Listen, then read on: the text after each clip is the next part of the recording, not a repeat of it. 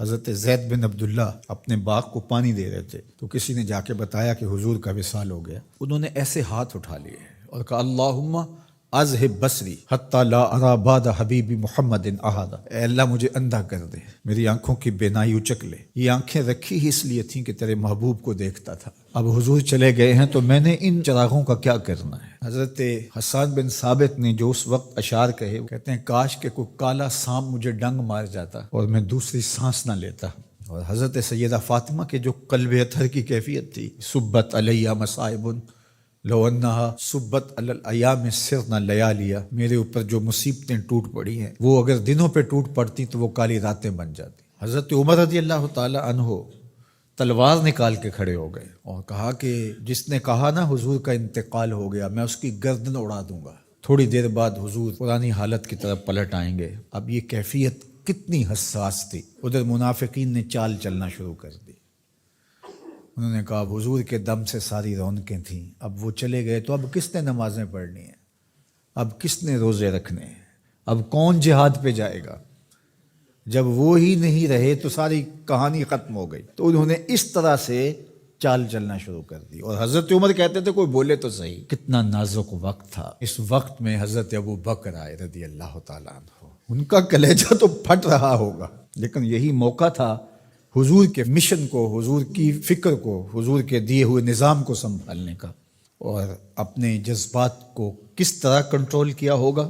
اپنے آپ کو پوری طرح سنبھال کر کے لوگوں میں آئے اور دیکھا کہ لوگ جمع ہیں اور حضرت عمر رضی اللہ تعالیٰ عنہ غصے میں تلوار لہرا رہے ہیں۔ خبردار اگر کسی نے کہا کہ حضور کا انتقال ہو گیا تو آپ ایک اونچی جگہ پہ کھڑے ہوئے، لوگوں کو متوجہ کیا۔ حضرت صدیق اکبر رضی اللہ تعالیٰ عنہ کا اس وقت کا جو خطبہ ہے، اس نے اس وقت اسلام کو سنبھالا جب منافق بڑی باریک چال چل رہے تھے۔ اب حضرت ابو بکر آئے اور کھڑے ہوئے، کہا لوگو مجھے بتاؤ تم اللہ کی عبادت کرتے تھے یا رسول اللہ کی عبادت کرتے تھے؟ تو لوگوں نے کہا اللہ کی عبادت کرتے تھے۔ تو کہا اللہ آج بھی زندہ و موجود ہے، اللہ کل بھی زندہ و موجود تھا، وہ حی ہے لا یموت ہے۔ اللہ اکبر۔ پھر انہوں نے وہ آیت کریمہ پڑھی وما محمد الا رسول قد خلت من قبلہ الرسل، اور صحابہ فرماتے ہیں ہمیں لگا کہ جس طرح یہ نازل اسی وقت کے لیے ہوئی تھی۔ اور پھر لوگ سنبھلے اور پھر حضرت سیدنا صدیق اکبر رضی اللہ تعالی عنہ نے اس مشکل وقت دین کو سنبھالا اور پھر حضور علیہ الصلوۃ والسلام کے مشن کے لیے کھڑے ہوئے۔ لشکر اسامہ بن زید بن حارثہ رضی اللہ تعالیٰ عنہ کو روانہ کیا جا چکا تھا، حضور نے خود روانہ کیا تھا۔ ابھی جرف کے مقام پر ہی یہ لشکر پہنچا تھا، مدینہ المنورہ سے تھوڑا باہر نکلا تھا کہ حضور کے وصال کی خبر آئی تو یہ واپس آ گئے۔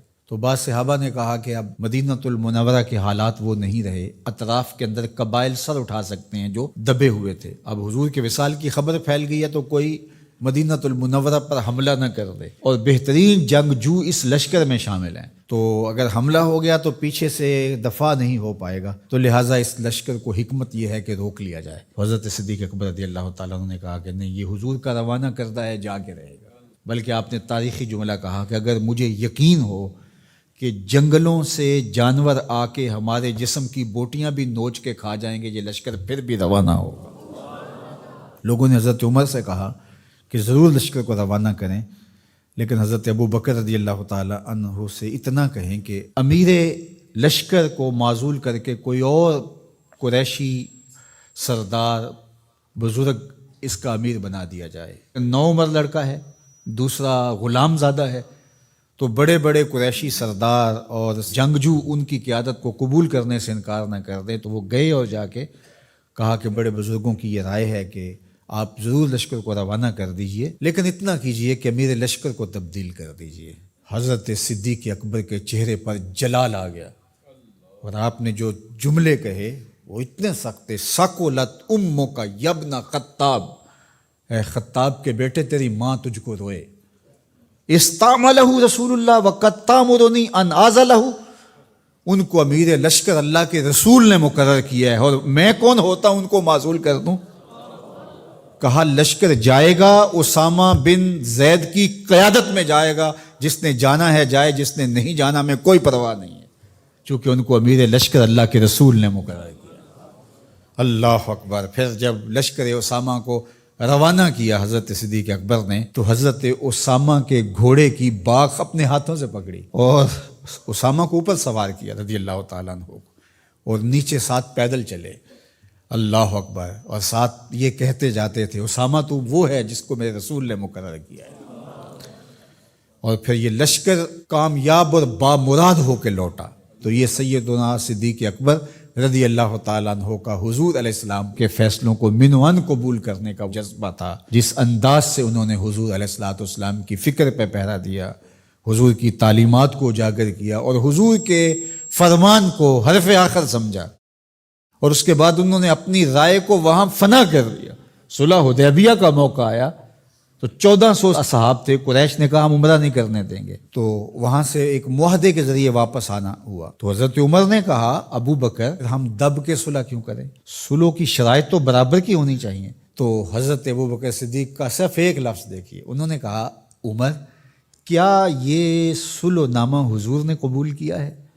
کہا کیا ہے۔ کہا ہوا رسول اللہ، کہا وہ اللہ کے رسول ہے۔ اللہ اکبر، کثرت صوم و صلات کی وجہ سے افضل نہیں ہے، بلکہ حضور کے لیے اطاعت و انقیاد، فرما برداری، اور حضور علیہ السلام کے لیے بس اپنے آپ کو قربان کر دینے کا وہ جذبہ، وہ آپ یہاں دیکھتے ہیں تو بدرجہ کمال آپ کو نظر آتا ہے۔ فرمایا کہ میں اللہ کے علاوہ اگر کسی کو خلیل بناتا تو وہ ابو بکر کو بناتا، لیکن میرا خلیل اللہ ہے۔ اللہ اکبر، امن الناس بر مولائے ما، کلیم اول سینائے ما، ہستیو کشت ملت راچو ابر، ثانیے اسنین و غار و بدر و قبر۔ دیکھیے کہاں کہاں حضور کی قربت۔ یہ شک ہووی تے چل مدینے، یہ شک ہووی تے آ تک لے جوڑ مزاراں دا بن یار نبی۔